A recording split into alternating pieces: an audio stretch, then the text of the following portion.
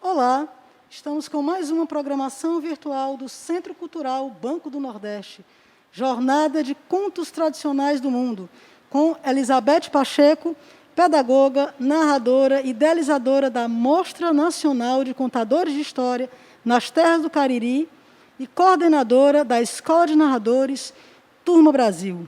Elizabeth, conte um pouco para nós o que é essa jornada de contos tradicionais do mundo. Ou seja, o que você veio, né, nos abrilhantar hoje? Vai lá. Essa jornada de contos tradicionais do mundo é um pouco da leitura que os povos de tradição, além da própria literatura, conseguem perceber nesse universo tão vasto que é a narrativa.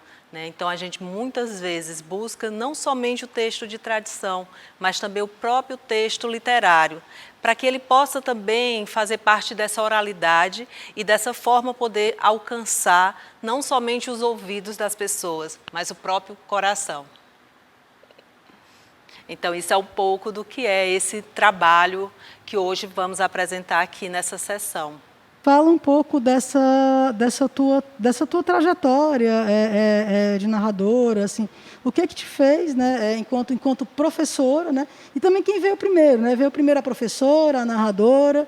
Então fala um pouco assim de ti dentro desse processo, desse universo e o significado, né, para você de estar nessa estrada, né, de narração. Como o próprio Câmara Cascudo fala, ouvir as histórias é o primeiro leite que a gente, enquanto humano, recebe. É o primeiro contato com essa cultura, com a arte. É essa escuta através da mãe que embala, através da mãe que conversa com seu próprio filho e lhe narra as histórias, coloca-o para dormir com as suas cantigas de niná, todo esse universo que faz parte da cultura popular. E quando você me pergunta quem veio primeiro, se foi a professora ou se foi a narradora, isso me confunde muito, porque desde que eu me entendi por gente, eu quis estar fazendo da minha janela uma lousa, pegando pedaços de gesso que encontrava no meio da rua para ser o giz, e dava aulas para as bonecas. E quando você me pergunta sobre a narradora, me vem sempre à mente uma infância com muitas histórias contadas pelo meu pai e pela minha mãe. Meu pai me contava as mesmas histórias sempre, histórias de cultura popular, e a minha mãe contava as histórias baseadas na religião da qual ela acredita, me falava sempre das histórias que trazem as figuras dos santos, a figura do menino Jesus. E esse universo sempre me permeou. Então, muitas vezes eu me via contando história para as pessoas, para o público ali mais imediato, e muitas vezes o público poderia até ser um animal de estimação. E me via também na mesma figura da professora, também dando aulas mais para as bonecas. E isso me atravessou toda a infância, e quando eu fui decidir que profissão eu queria na vida, eu fui enveredada pelo lado da profissão que sempre me atraiu, que foi o magistério. Então, fui fazer magistério, fui cursar escola normal e acabei me tornando professora nesse espaço. E lá me encantava muito também as narrativas. Tinha ficado um pouco adormecido no período da adolescência. Sempre gostei de ouvir história, mas não contava mais. Eu ouvia, mas não contava. E quando fui realmente para a sala de aula, cheguei no primeiro dia de aula, super feliz que tinha feito um plano de aula que daria conta da manhã inteira.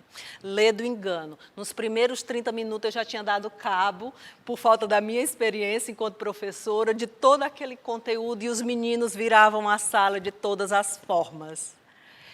E quando eles fizeram isso, me veio a memória do que me deixava embevecida e encantada, que eram as narrativas. Então, comecei a contar a história. Foi uma ferramenta, naquele momento, extremamente importante para mim.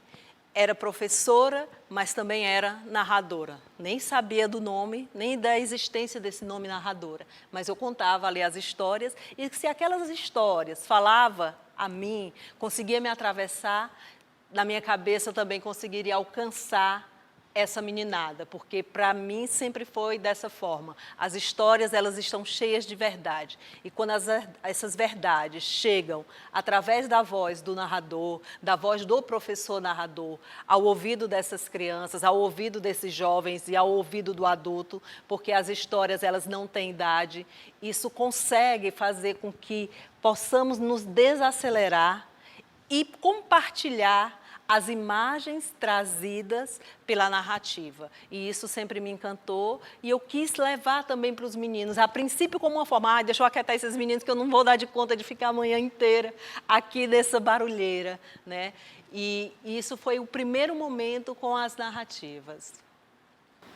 E aí, Beth, qual é a importância, né, dessas narrativas, né, para a formação, para o incentivo à leitura, mas principalmente na contemporaneidade, né, que a gente vive, principalmente agora na pandemia, que a gente está nesse universo da virtualidade, mas também onde a gente está num mundo onde as imagens, elas são hipervalorizadas, né, onde a questão da imagem, né, e dessas tecnologias todas, e a narrativa, ela nos coloca mais, né, em contato desse humano com esse outro ser humano. Então, assim, qual é a importância dessas narrativas, né, tanto para a formação, né, das crianças, dos jovens, quanto para o dia de hoje, né? Assim, como é que você vê essa questão hoje? Aí desenvolva aí seu pensamento. Então, o Francisco Assis, que é um pesquisador e que nos anos 80 fez uma pesquisa aqui no Cariri, ele colocou uma frase que me aquietou muito fez uma colocação que me aquietou muito durante essa pandemia, porque eu ficava, como vou contar a história, se a contação de história ela é tão intimista, ela precisa desse olhar, e eu vou estar olhando por esse olho de vidro, como é que vai ter um afeto?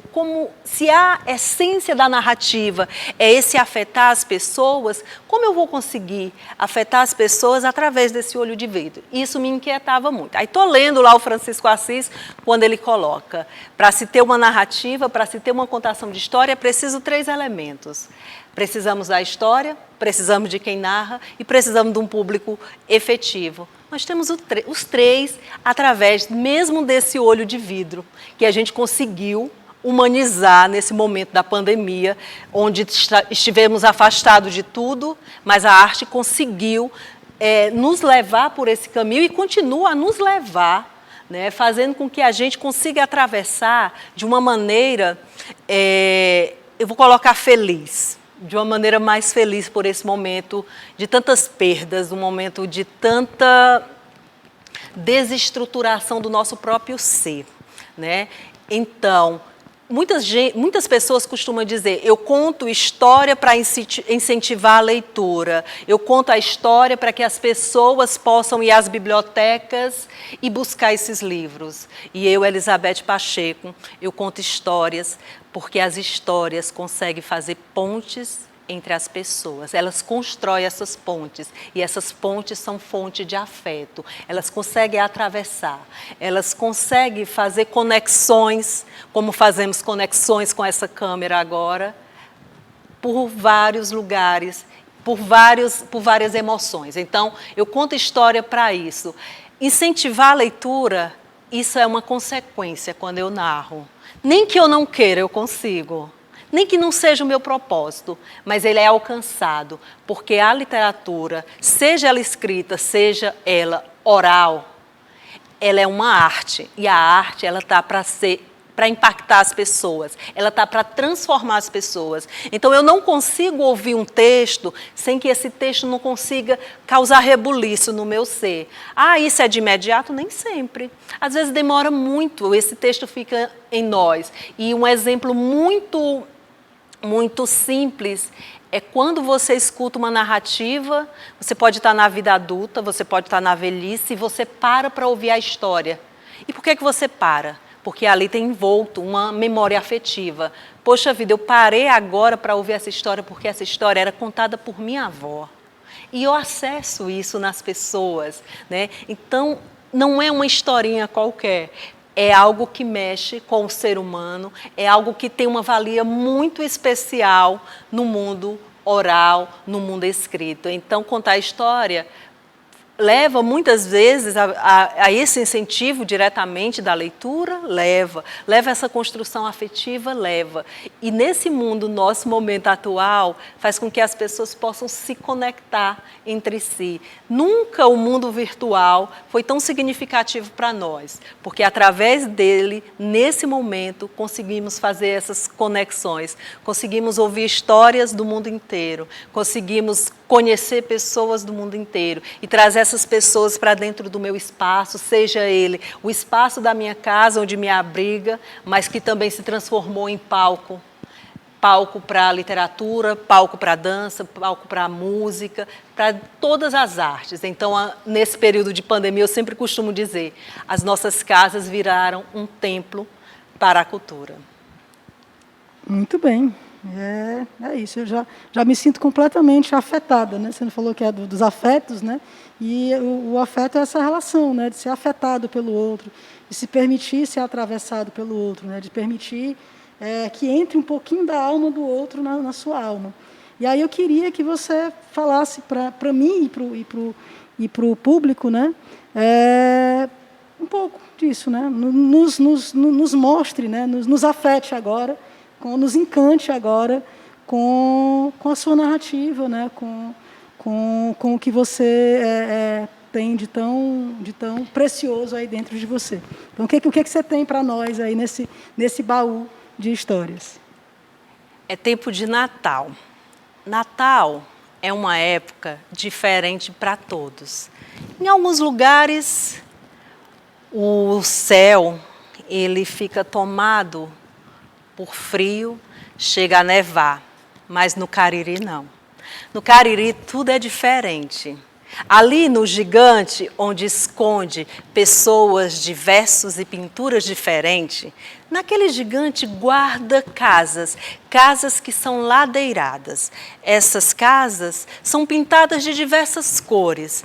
As suas fachadas podem ser contempladas com um olhar e esse olhar atravessar. E lá dentro da casinha pequenina, e lá no fundo, onde o pequeno ainda é mais pequeno, tem as oficinas. E as oficinas, as mulheres, sempre elas, as mulheres passam o tempo a costurar, a colar, a remendar, a enfeitar e a embelezar. Bom, é Natal. A meninada começa a se juntar ali na porta. É uma algazarra, é um entra e sai também das próprias mulheres, que corre para lá, às vezes grita de cá, se coloca aquele espelhinho colado lá na cafuringa do Mateus, porque daqui a pouco ele precisa invadir as ruas. E o barulho só aumenta, e o colorido lá fora vai aumentando, e junta gente, e os carros vão diminuindo, as motos também. Dentro de pouco tempo, a Rua do Gigante João está tomada de pessoas coloridas, vestes de cima a baixo, espelhos, belezas, alguns com colete, outros com coroas, alguns com cafuringa, espada na mão, e a alegria imensa no coração. Não faz muito tempo, não. Veio a chuva do caju, mas a chuva do caju só aumentou o calor. O calorão toma conta. É calor de 40 graus, no meio do Cariri. Bom, e é Natal. E o Natal chega e junta toda a meninada, os homens, as mulheres. É hora de fazer a peregrinação que os reis magos fizeram há muito, muito, muito tempo atrás. E ali, naquela casa pequenininha, pequena, esquecida, ladeirada de tantas outras, desce toda a procissão. Os reis, os meninos, as meninas, as guerreiras, os palhaços, o mundo inteiro cabe ali nas ruas do João e desce e vão batendo de porta em porta, ou de casa ou de fora, abre as portas que o rei vem a chegar, vem todo mundo, se pode doar, se pode ficar, mas abra as portas que o menino vem a anunciar. E aquela procissão vai descendo, descendo, e em cada casa, em cada porta, em cada batente, é ali, na calçada ou no meio da rua, que todo aquele povo festeja. Daqui a pouco, o menino nasce. Daqui a pouco, é necessário que a própria esperança, em dias melhores, possa invadir as casas e os corações de todo o povo. Porque é Natal, e Natal é época de renovação. Porque é Natal, e o ano foi um ano tão difícil, mas o colorido da arte e da cultura não nos deixa parecer cansados, apesar de estarmos. Ele deixa transparecer a alegria de quem corre, bate a porta e porta batida é porta escancarada para a alegria. Feliz Natal no Cariri é de calor imenso, calor humano, calor de rachar a moleira, mas acima de tudo é época de dizer que cada um que transforma o seu lugar, o seu espaço, numa oficina de arte. E esse brincar se espalha de casa em casa, de rua em rua e chega no coração, nos ouvidos de quem escuta e guarda o conto, na memória, no afeto e repassa essa história.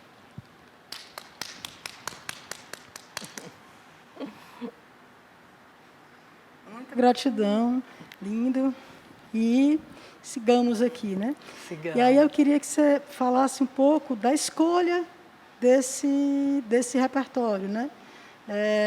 Enfim, por que falar de esperança, né? Por que falar de Natal? Por que falar de tradição, né? Por quê? Então, passa a bola para você. Porque nós estamos no Cariri.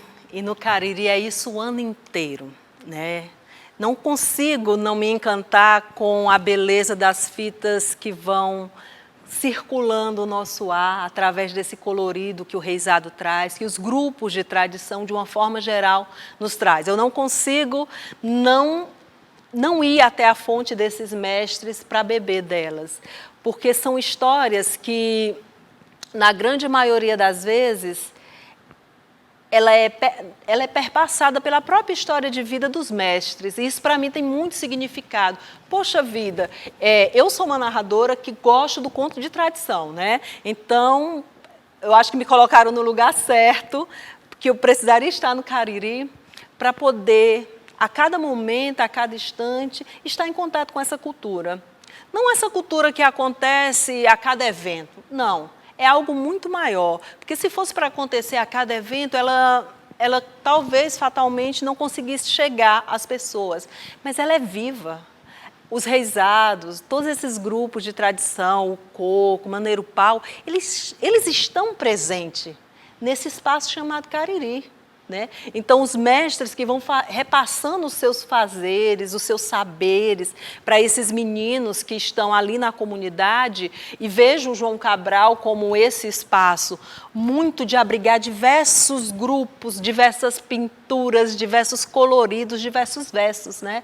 Não consigo pensar essa cultura sem não pensar também nesse espaço que é o João Cabral, né? Esse espaço que tem. E aí, quando eu pensei os textos, que eu queria passear pelo mundo, eu sempre costumo dizer que para que a gente possa ter asas para voar, precisamos conhecer as nossas raízes. E as nossas raízes são essas.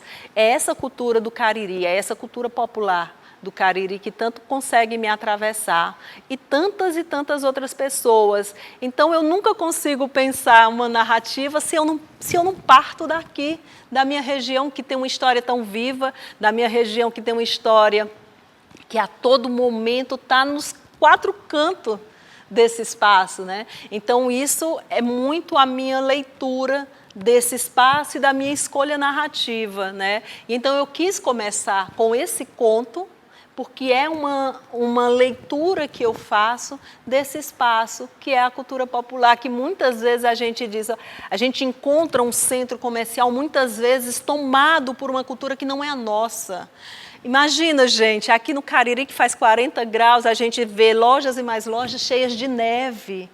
E a beleza que se tem e que é esquecida desse ciclo natalino, dos grupos de tradições, claro que hoje bem mais evidenciado nesse período, né? A gente vê, que bom que a gente percebe essas mudanças, mas ainda muito pouco. Nós ainda temos um Natal que não é o nosso Natal. E o nosso Natal, gente, é 40 graus. O nosso Natal é esse Natal que sai às ruas, que bate de porta em porta, lembrando que o menino Jesus está chegando, essa representação dos reis magos, que vão até ele, até esse rei, né? Esse menino rei que nasce. Então, isso tudo... Quando eu penso Natal, eu penso isso. Eu não consigo ver esse Natal que a TV mostra, mas eu consigo ver claramente a beleza e o colorido que tem esses grupos nesse ciclo natalino. Então, para mim, o Natal do Cariri é esse. São os grupos, essa tradição, é esse bater na porta, é esse dançar, é esses versos que tem em cada menino, é um ajeitar que a mãe tem no espelhinho do menino que está caindo, é um ajeitar de um botão que faz. Então é um dia, é uma construção anual. Assim como as pessoas constroem anualmente os seus carnavais, e que não é uma tradição aqui na nossa região, esses grupos, eles trabalham e eles se dedicam nesse seu fazer constante, né? Então, para mim, isso tem força, isso tem beleza, isso tem potência e isso consegue me atravessar. E a gente só consegue encantar as outras pessoas quando a gente tem um brilho no olhar com aquilo que nos encanta. Com certeza, sábias palavras. Eu queria só falar para os nossos espectadores, né? Do João Cabral, né? O João Cabral, ele é um bairro que ele é um celeiro, ele é uma maternidade e ele é uma incubadora de arte no Cariri. Então, é um dos bairros, né, de maior expressividade cultural. Se eu estiver errada, me corrija, né, que você é da terra, eu sou apenas uma agregada do Padim, né? Eu sou apenas uma agregada de Padicício, eu vim depois. Mas o João Cabral, ele é esse bairro, essa efervescência, essa potência, né? Assim, acho que em cada casa do João Cabral você vai ter um mestre de alguma forma, né? Um mestre, um aprendiz de mestre. Então, essa cultura ela está viva. É só para explicar, né, o que é o João Cabral. É esse bairro, né? Esse bairro de grande efervescência cultural, né? E se algum dia, né, vocês vierem ao Cariri, visitem o João Cabral, conheçam os mestres, e lá tem não só a cultura tradicional, né, mas tem também outras, tem muitos poetas, tem o pessoal do rap. Então, assim, é um verdadeiro celeiro mesmo de efervescência cultural, né? E eu digo uma maternidade porque a cada dia, né, nasce novos talentos ali e novas coisas vão se transformando também. Então, é importante a gente falar disso, né? Sim. E aí eu queria saber se tem mais coisa aí no seu embornal de história, né? Tem sim. Então, como é a proposta, é um passeio por esses contos do mundo, essa escolha dessa história é um encontro da Elizabeth Leitora com os textos, né? Então, eu escolhi 2 textos, um vou fazer agora, que ele realmente é o meu mundo de leitora quando eu comecei a descobrir a leitura. E esse texto ele me mexe muito, porque ele fala muito comigo em diversos sentidos. Eu acho que fala muito com o nosso momento da humanidade em si, né? De modo geral. E vamos lá para a história.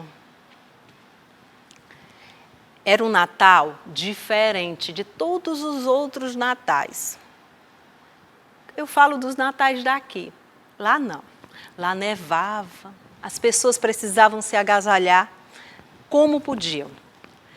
E estava aquele mesmo vai e vem comum de final de ano, as pessoas correndo para as suas ceias, as pessoas correndo para comprar os seus últimos presentes, e todo mundo passava na rua. Aqui e acolá se dava bom dia, menos para uma pessoa. Era o velho mais rabugento da face da terra. As pessoas tinham medo até de pedir desculpa a ele. Tamanha rabugice que esse tinha. E o tal homem não era muito bem visto por as pessoas, nem muito querido. Afinal de contas, se alguém precisasse pedir algo a alguém, não seria ele a pessoa mais indicada. E mesmo na época de Natal, onde os corações são mais abertos, mais humanos, ele se trancava, se fechava, se acorrentava em si. Ficava ali, só ele, fechado. Bom dia não dava, Feliz Natal não desejava, alegria não demonstrava, felicidade muito menos. Era sisudo, dos pés à cabeça, calado na dele e achava tudo aquilo uma grande bobagem. Bom, as pessoas que trabalhavam com ele, volta e outra, precisava bater na porta do escritório para alguma mensagem, para algum recado, para alguma coisa. Batiam. Afastavam, ele abria a porta, a pessoa entrava e era logo mal recebida. Só que em uma dessas batidas foi o próprio sobrinho, que queria convidar o tio rabugento para passar o Natal com a família. Apesar de ser uma ceia humilde, mas traria muita felicidade tê-lo junto com os demais. Pedido esse que foi recusado. Falando alto com o rapaz, ele disse: ora, larga de bobagem, onde é que já se viu eu ter que sair daqui para ir para uma festa absurda de Natal? Bom mesmo é que amanhã cedo você esteja aqui a trabalhar. Deixe de gastar dinheiro com bobagem, eu mesmo não gasto, costumo guardar os meus dinheiros. E continuou a contar moedas e mais moedas que faziam pilhas e mais pilha. O rapaz foi embora, deixando o pedido de pé. O tal homem rabugento, ranzinza, continuou a enfileirar, a empilhar moedas e mais moedas. E no final do dia, foi para casa. Era um frio de rachar. Agasalhado, chegou em casa, colocou um pouco de carvão para alimentar o fogo, mas não dava conta. Deitou-se, foi dormir. E quando dormia, apareceu um fantasma. O fantasma vinha coberto da cabeça aos pés de corrente. Arrastava-se devagar em direção ao tal rabugento. Ele olhava nos seus olhos e ele logo, apavorado, reconheceu ser ele, o amigo falecido há algum tempo atrás. Ele disse: o que é que você está fazendo aqui? Por que é que andas assim acorrentado? Ora, amigo, eu venho aqui para te alertar. Ver que o meu corpo está acorrentado, tudo isso fruto de um tempo que passei aqui na terra e que não soube viver. Ao tempo que passo aqui, fui sovina, ganancioso, juntei dinheiro, juntei, e vivo agora acorrentado nas minhas dores e horrores. E se você realmente não quer ter esse destino triste, que é o meu, liberte-se. Esqueça a forma que viveu até agora. Hoje à noite, quando bater 1h, virão lhe visitar 3 fantasmas. Preste atenção. Presta muita atenção no que eles têm a te dizer. E muda. Muda tudo isso, ou senão, irás caminhar por toda a eternidade, acorrentado na tua própria avareza. Bom, ao sair o fantasma, o homem ficou trêmulo, imaginando como seria a visita desses outros 3 fantasmas que ele nem imaginava.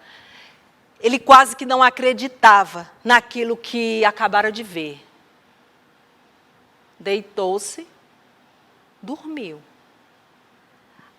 Há tempo de ouvir o badalo, a hora da manhã chegar e ali, de frente a ele, um outro fantasma.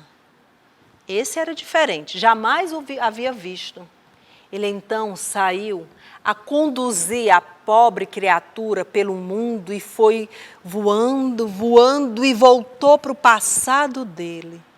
E ali, onde ninguém conseguia vê-lo, ele viu um menininho pequeno que logo reconheceu ser ele.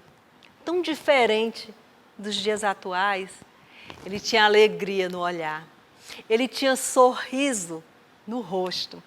Ele conversava com a menina, que ele logo falou, ela foi minha esposa, que eu amei tanto e que um dia acabou. Ele olhou com o mais meigo e terno olhar aquela cena. E continuou a olhar. E foi passando por épocas e mais épocas, e ele conseguia se ver em todas elas. Até que acordou. E ele ficou sem entender. O relógio ainda não marcava 1h da manhã. Faltava pouco, é verdade. E ele resolveu dormir. Dormiu e mal o relógio bateu 1h da manhã novamente, foi acordado agora por outro fantasma. Ele não reconheceu também a figura dele. Não tinha lembrança de momento algum tê-lo visto. Esse então caminhou com ele pelas ruas. Foram andando lado a lado. Até que chegaram numa casa simples, onde uma luz trepidava e onde ele pôde ver, desembaçando a janela, lá dentro, numa casa humilde, que quase o calor do carvão não dava conta de aquecer o corpo das pessoas, um menino, uma menina, um outro menino com muletas, e que se percebia que no seu rosto era coberto de dor. Sofria de uma doença muito rara, mas que tinha cura. Ele então viu ali na mesa um pedaço de carne, algo como um peru. Viu também algumas batatas, um pouco de arroz e uma família que agradecia a bondade que a vida lhe dera, de poder ali, naquele Natal, poder dividir com a família o pouco que tinha. Ele achou aquilo a coisa mais ridícula da face da terra. Como é que pode se agradecer por uma miséria que existe ali na mesa? Não, impossível, essas pessoas só podem ser loucas. Reconheceu na figura do rapaz o próprio sobrinho. E era como se o tempo tivesse acabado. Ele voltou no seu quarto, na sua cama, e a dormir. Olhou para o relógio e percebeu que ainda não era 1h da manhã. Recostou a cabeça, dormiu profundamente, até que novamente foi acordado pelo badalo do sino, que anunciava a 1h do dia. Acordou de frente com um fantasma que agora se vestia com uma túnica escura e que saiu, sem dizer uma única palavra para ele. Caminharam e viu que algumas pessoas que ele reconheceu imediatamente como sendo funcionário seu, negociando os seus tecidos, ou melhor, as suas colchas de cama. Ora, aquele velho não valia nada. Aproveitei logo mesmo e peguei as colchas e trouxe para ver se conseguia algum dinheiro. Ele caminhou mais e mais e mais. E por todos os lugares que passava, as pessoas tinham a mesma opinião. Era um velho avarento. Era um velho unha de fome, munheca de samambaia. Era um velho que não valia nada. Até que entraram naquele que é a última morada de todo ser vivente, um campo santo. Foi atravessando, atravessando e lá no meio encontrou, fria, sem vida, insignificante, a lápide. E ao limpar, onde tinha a data e o nome daquele morador, ele percebeu que ali sim era a sua morada. Ele ficou apavorado, não pode ser, me dê uma última chance, uma chance para que eu possa mudar tudo isso. Uma única chance, uma última é o que eu peço. E ele voltou para o mesmo lugar, a cama, deitado. Olhou no relógio, não era 1h da manhã ainda. Dormiu, dizem que ele não conseguiu. Mas no outro dia, bem cedo, ressaqueado pela visita dos 3 fantasmas ou 3 espíritos, assim como queira chamar, parece que o coração havia abrandado. Foi ao mercado, comprou uma boa ceia de Natal, comprou presentes também e bateu na porta do sobrinho. O sobrinho ficou feliz de recebê-lo. Ele imediatamente entregou os presentes, entregou também a ceia, entregou felicidade. E dizem que daquele dia em diante, ele mesmo cuidou para que o menino pudesse ir ao médico até alcançar a sua cura. Desde então, o rabugento abrandou a alma e o ser. Hoje ele é bem diferente. E se a história demorasse mais um pouquinho, era capaz da contadora anunciar a vocês um futuro diferente desse que passou nessa história que acabei de narrar. Muito bem, linda a história. E aí, ouvindo tua história, né, e lembrando do que você contou sobre a sua trajetória, né, que essa narradora ela nasce junto com a professora, né? E aí eu lembrei também de que você é coordenadora de uma escola de narradores, né? E eu queria que você falasse um pouco dessa escola, né? E para as pessoas que querem encontrar esse lugar de narrador, ou que querem descobrir essa narradora, esse narrador dentro de si, ou que quer aprimorar esse narrador. Então, assim, que escola é essa, né? E o que ela tem para oferecer? E aí também emendando, né, com outro projeto seu, que é a Mostra de Narradores na Terra do Cariri, né? Que você falasse um pouco dessa janela, né? A amostra, para quem não conhece, eu convido a conhecer, né? A última foi virtual, então tem no YouTube, né, algumas apresentações, e eu tive a oportunidade, né, de acompanhar tanto a virtual como a presencial.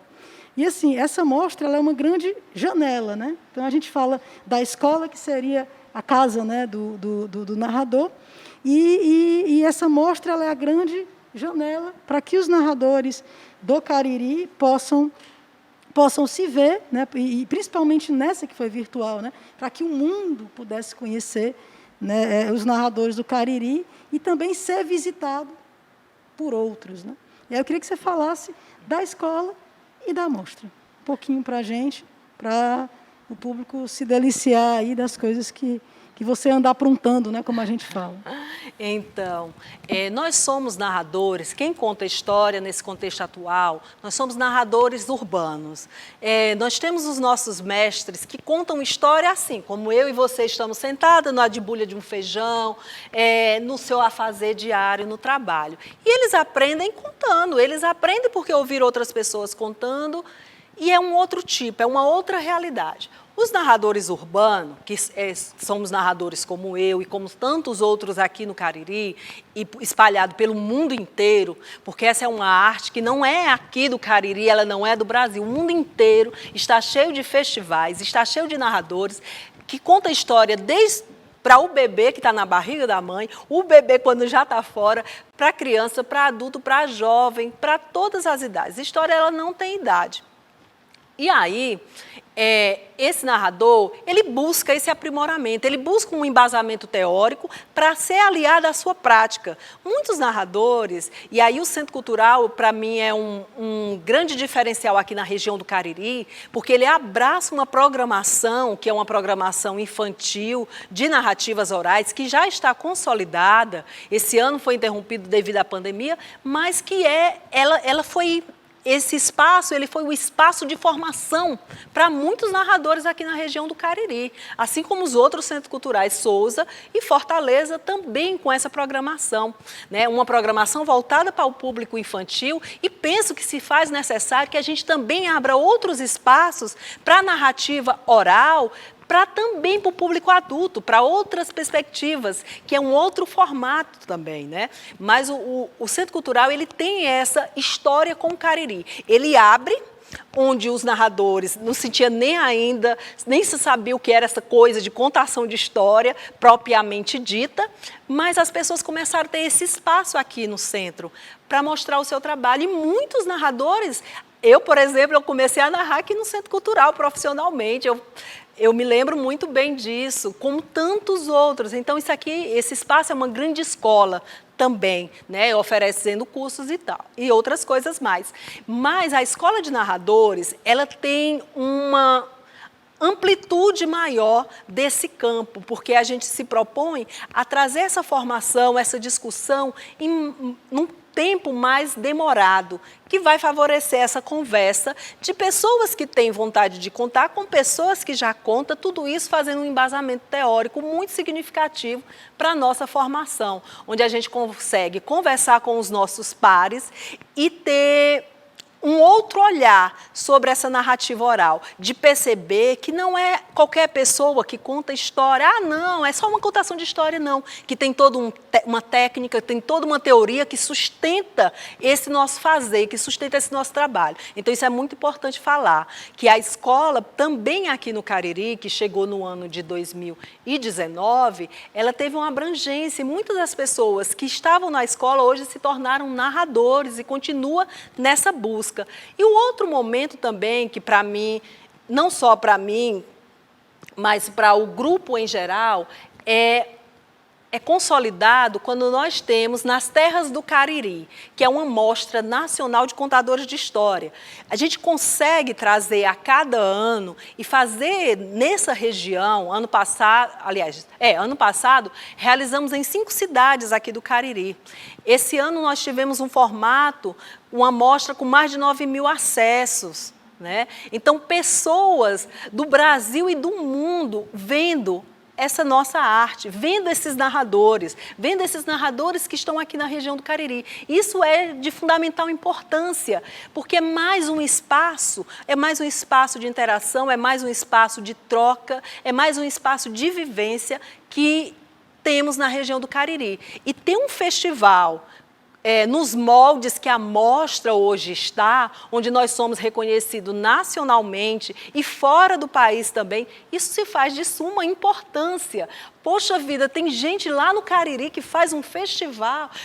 Nós temos um festival. Ano que vem, 6ª edição de uma mostra que a cada ano traz fruição, que a cada ano traz uma formação, que traz conversa, que traz debate, que traz em pauta o pensar e lutar por políticas públicas para o narrador de história, para que sejamos reconhecidos enquanto linguagem, que cada linguagem tem as suas especificidades. E é essa a nossa luta por espaço, para que possamos ser entendidos como linguagem e que tenhamos políticas públicas para o narrador, que está presente aqui no Cariri e que se articula e que toda hora faz dessa sua existência a própria fundição com o seu fazer, né? Então, nós sempre estamos estudando, sempre estamos em busca, indo em outros festivais, circulando pelo Brasil e sendo reconhecido como narradores. Isso é muito importante. No Ceará, tem um local, um espaço como o Cariri, que abriga uma mostra que tem um formato fantástico e que é também um espaço, por excelência, de iniciação de tantos narradores na região. E se você quer realmente conhecer um pouco, pode acessar os dois sites, o da escola e o site da mostra. O site da escola é www.escoladenarradoresonline e o da mostra www.nasterrasdocariri.com. E vocês vão lá poder ver todas as edições, todas as turmas da Escola de Narradores e tudo que já aconteceu nesse espaço que é a Mostra Nacional de Contadores de Histórias. Muita gratidão. A gente já está quase com o tempo estourado, mas se você tiver uma micro-história, uma pequenina história, que aí para nos abrilhantar, né, seria maravilhoso, para que a gente possa, né, ouvir um pouco e depois já fazer os agradecimentos. Beleza. É possível? Você tem, no seu embornal tem aí... Qual é uma micro-história? Quanto tempo? Tem uma micro-história, sinta no seu coração. Procure certo. Aí, né? Procure aí no seu embornal de história, no seu caçoar de história, né? Uma historinha pequenininha, um brilhantezinho para nos ofertar. Era uma menina que trazia uma caixa. Poderia ser uma caixa de bombom, de jujuba, como tantos vemos por aqui no Cariri, vendendo no sinal ou vendendo em algum ônibus que sobe. Mas não eram nem jujubas, nem nada de doce. Eram fósforos. Estava ali, guardada. Uns maços mais escondidinhos e outros mais à mostra. E era um tempo frio, frio de gelar a alma, o coração. E os pés da menina eram guardados por sapatos grandes que a mãe dela havia lhe dado.